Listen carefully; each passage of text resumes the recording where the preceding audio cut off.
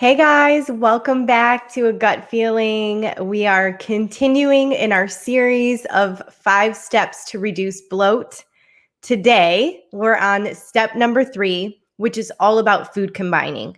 You guys have heard me talk about this so many times, but it's not always about what you eat, but how you eat it. And our body, the way we digest, how it's designed, simply cannot keep up with how our modern lifestyle has transformed, if you will.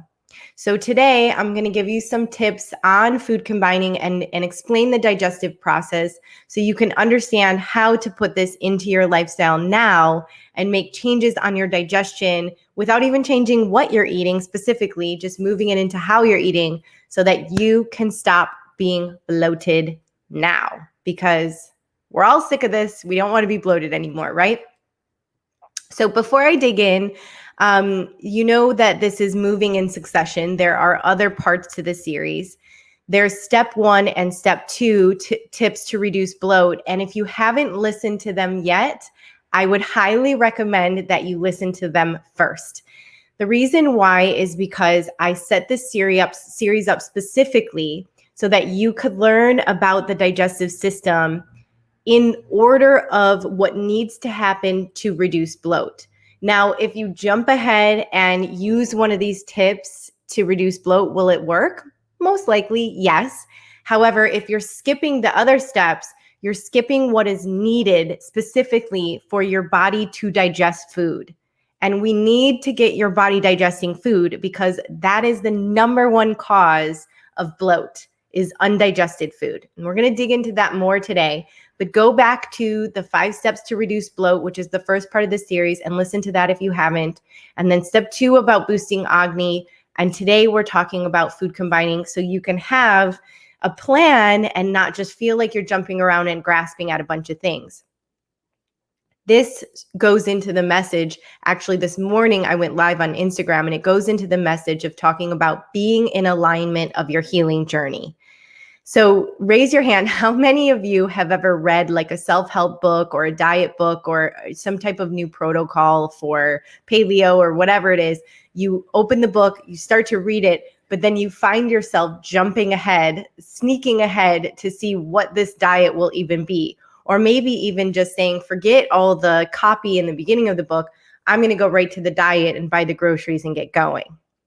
What you do when you do that is stay in diet culture and away from the flow of understanding how to nourish your body. The reason why these people write these books, or I do this podcast, or anyone shows up with this information, is about the education. When you're skipping over learning about your body or why these things go into play, you're never going to really truly step into alignment with your body. You're just going to do diets and they work or they don't work, and then you move on to the next thing. So I really encourage you to go back and listen because that goes in alignment with this. But I also encourage you to really think about that. Are you in alignment with your healing journey? Is what you're doing on a daily basis serving your higher good for alignment? Or do you feel like you're in force instead of flow? Do you feel like you're sort of struggling a lot, or there's a lot of dark days, or you're in resistance where you can't just let go and surrender to trust the process and be in alignment? Now, I shared a little bit more about this on Instagram today. You can go to my IGTV, and my IGTV, I share a lot of videos about this, being in alignment, getting out of your own way. Of course, I talk about it a lot on my podcast, but it's also really fun to see short little snippets on my IGTV. So if you haven't yet, go ahead and connect with me on Instagram at Jaclyn Renee Wellness on Instagram, and check out those IGTVs. If you find any of them valuable, you can share them. And don't forget to tag me, of course. All right, so stepping into alignment is now for us to step into food combining. Reducing bloat is all about how we digest food. It's all about how the food gets broken down. So what is that actual process? And yes, I have shared it before, but consistency is key. So I'm going to talk about it and share it again. When we come in contact with food, basically food is in front of us. The first sensory is our sense of smell. The sense of smell gets ignited, and that releases the salivary glands to release digestive enzymes to start breaking down food once we start chewing. Okay, so you have to chew to get the saliva to break down the food. We break down the food, and then it goes into our esophagus. It goes down the esophagus, down the tube. It should be digested, and then slides into the stomach. The stomach is like the mixing bowl for where all digestion happens. And in there is secreted stomach acid that helps to break down the food as well. From there, we have the Destiny's Child of Digestion. If you haven't heard me explain the Destiny's Child of Digestion before, please go back to some of my first podcasts. It really explains it in depth. But you have your liver, your pancreas, and your gallbladder, the Destiny's Child of Digestion, that are secreting their digestive enzymes to break down fats, proteins, toxins, carbohydrates, sugars, all of that stuff to keep the flow of the digestion going, okay? So once all of that magic happens, and then the food is then moved into bile and then pushed into the intestines, that whole process takes 4 hours, okay? 4 full hours. So if you're someone who's constantly eating every hour or snacking a lot, you're not allowing the digestive process to be happening thoroughly, and food can stack up, making you bloated. Okay, so I talk a lot about that in many of my podcasts, where you do want to focus on mealtime and not constantly snacking, because the constant snacking can keep you in a state of bloat. Now, how does it relate to food combining today? So this timing is very specific, but it also works in relation to the alkaline and the acidity of your digestion, okay? So some foods are broken down in an alkaline environment, and some foods are broken down using acidic environment. Things like grains, vegetables, those kind of things, they're alkaline foods, so they require an alkaline environment to be digested. And then foods like meats or heavier foods, they require an acidic environment to be digested, so they need acidic. Now, let's back up for a second and say that you have a very normal pH. Let's say you don't have digestive issues, although I'm not sure why you're listening to this podcast if you don't have digestive issues, because this is about digestive issues. But if you don't have digestive issues, then you are probably somebody who doesn't have a problem eating certain combinations of foods or snacking or anything. It doesn't disrupt your digestion. The reason why I'm saying this is because everybody's body is different. Everyone's digestion is different. So inside of these 5 steps, if you're following them in succession, some may not apply to you. You may say, well, this one doesn't really relate to me. It doesn't cause me a problem, and that's okay. And some may say, oh, this one is exactly what I need to do to get out of my bloat or out of my digestive distress. And the reason why there's 5 tips or 10 tips when anybody's putting stuff out there is because not everything relates to every person. So they like to give you an array of ideas that will help you put it into play for you. So this may be one that you put into play for you, but not others, and vice versa. The reason why I'm even saying that is because I want you to understand that not everything is going to be the answer for you.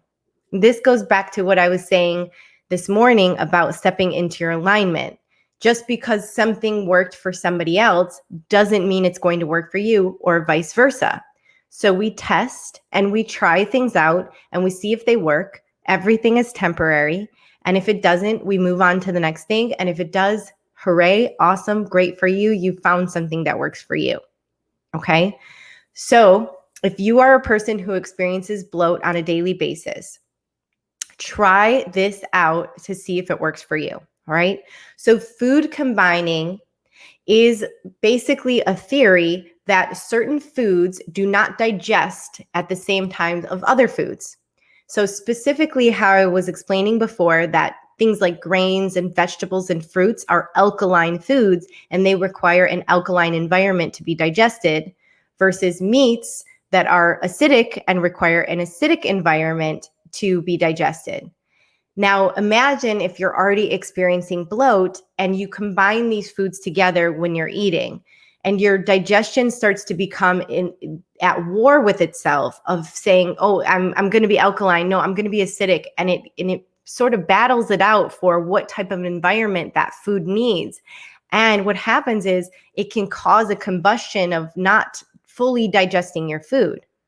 So there's an incredible concept, food combining, where you never eat grains or alkalizing foods, specific alkalizing foods, at the same time as you do animal protein.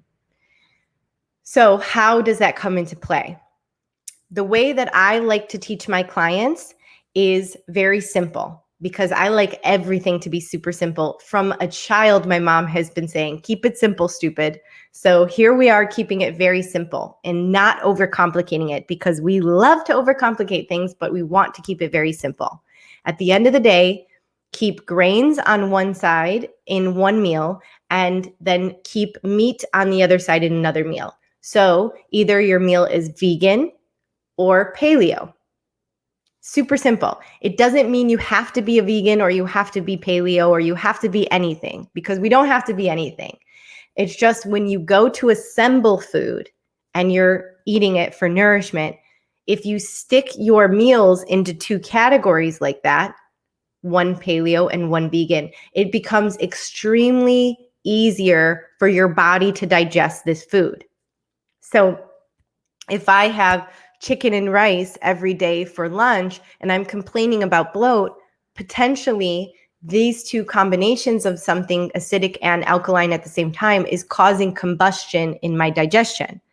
Now I could say, all right, so for lunch, I'm going to have rice and vegetables and hummus. And then for dinner, I'm going to have chicken and vegetables. Now I have taken those two variables away from each other, grain and protein, and my body has the opportunity to digest more. Now, I've coached over hundreds of women, and I'd say at least 80% of them see a change in their bloating and their digestion just by eliminating this element, by separating grains from animal proteins. So everything in life is temporary, but it's worth trying, right? Because I'm not actually even changing the food you eat. I'm just changing where it is and how you're consuming it. So try it. Give it a go. Separating vegan and paleo and seeing if that works for you. Now, it's definitely worth me mentioning that when women come to see me, they are concerned about healing their gut, but they're also concerned about weight loss. So when we talk about doing vegan versus paleo, I often advise them, if they are in fact interested in losing weight, then it's better to keep complex carbohydrates more towards the beginning of the day, because they help increase energy. And we don't really need energy at the end of the day. So when my clients are food combining, they found that it's best to do more of a vegan type breakfast, a vegan type lunch, and then a paleo type dinner. So they're moving away from carbs as the day goes on and into protein and fat. So it revs their metabolism, keeps their energy high, keeps their brain production high, and then we enjoy healthy fats at each meal. It's very important for women to continue to eat healthy fats at each meal for brain production. It's good for hormones. It's good for mood balance, because don't we all need mood balance in our lives? Yes, we do. So that is just a suggestion of a way that you could go about your day to prioritize energy, to prioritize fat burning, and also to prioritize your digestion. So give it a go. And I'd love to hear from you guys on whether these concepts work or not for you. So always, please feel free to give me feedback. You can leave reviews for my podcast on Spotify and iTunes. You can shoot a message below if you're watching it on YouTube. Leave it in the comments. I'd love to hear more about your experience with it, or if you have any questions. Of course, I'm always available for you. If you need additional support, please email me, Jaclyn@JaclynReneeWellness.com.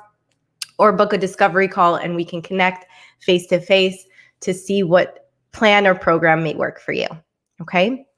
So that's basically step one of food combining. Now we need to look at some other elements of food combining that disrupt digestion. The second part of it is water, how you drink your water. Okay. I was having a conversation with a friend last night who said when she grew up, her dad was very adamant about not drinking water when she ate dinner. And she was like, I never understood why that was such a big deal. Well, when we drink water at the same time we're digesting, it can dilute our digestive enzymes. It can dilute the digestive process. So we want to keep that process moving. In that case, it's best to have water away from meals. So drinking your water prior to eating or drinking your water after eating is much better than drinking water during your meals. To elaborate on that a little bit more, it's even more beneficial to make sure you're drinking water room temp or warm because ice is cold and damp. And if you listened to the last podcast, step 2, boosting Agni, you'll know that we talked about cold is very dampening for your digestive fire, and we don't want to put that fire out. So getting rid of ice and keeping water room temp or warm or hot like tea is better, and then keeping it away from meals is even more beneficial. So that's how we consume water when we're food combining, right? The third element of food combining is how we consume fruit. Remember again that this is not true for everybody. And I keep repeating that today because recently I've had a lot of people say, you talk as if this all needs to happen and I don't know where to start. And I took that to heart because I truly believe that all of this information, of course, is just tips and research I've picked up on my healing journey and, of course, what works for my clients. So it's very important for me to continue to repeat that these tips are all helpful for anyone who have bloat. However, not all of them work for everybody. So take what you need, test it out for you, and see what works for you, okay? So the third element here in food combining is addressing fruit. Fruit in itself is very high in fiber and has a lot of nutrients, but it does have a fructose base. It is sugar-based. When we consume fruit or sugar at the same time that we're consuming food that is more savory, like grains or meat or anything like that, it can become hard for our digestion to process both things. Again, just like the animal grains and the protein, and the grains and the animal protein. So it's very important to keep fruit alone. This is a big concept in Ayurveda where they always recommend eating fruit alone. So in the morning on an empty stomach, or in the afternoon for a snack, in between meals, not close to meals, or even after dinner, an hour or two after dinner, just away from meals and away from the digestion of your actual meal. This in turn will help you absorb the nutrients from the food you're eating more and from the fruit you decide to eat and allow the digestive process to actually finish. Okay? So when we're looking at the food combining process, if you look it up, if you Google it right now, you're going to see a whole complicated way to food combine. I like to make things super simple. I'm breaking it down for you. The 3 things that you need to do to try to see if it works for you for reducing bloat is animal protein and grains. We keep them separate, so not putting them together in one meal. 2, we keep water away from meals, in between meals, and room temp or warm, never cold with ice. And the third element is fruit should be eaten alone, never with meals or right after a meal or right before a meal. We need time for our body to digest and break down the nutrients. Okay? So as you're starting to integrate some of these steps for reducing bloat, I want you to really start to connect with your body. My best recommendation is to take out a journal and to journal everything. Go back to step 1, 5 steps to reduce bloat is the name of the episode. Listen through, journal down what comes up for you and start to integrate that step. Then move to step 2, journal it out. What are you missing? What do you need to work on? How does it relate to my body? And then come to step 3 so that you are doing this in succession and you have a grasp on what works for your body and what doesn't work for your body. Now, I've always found personally for myself that this basic concept of food combining works really well for me. And It helps me always digest my food, no matter where I'm eating or what I'm eating, even if it's not the healthiest of meal because I'm out at a party or something. If I stick to this food combining sort of regimen, then I don't experience issues coming home from that event. Sometimes it's just about what's been combined at that event, not so much that something wasn't as healthy for you or not exactly what you're used to eating, okay? So again, I'd love to hear from you, love to see how these concepts are working for you or not working for you, and if they are helping you in your life.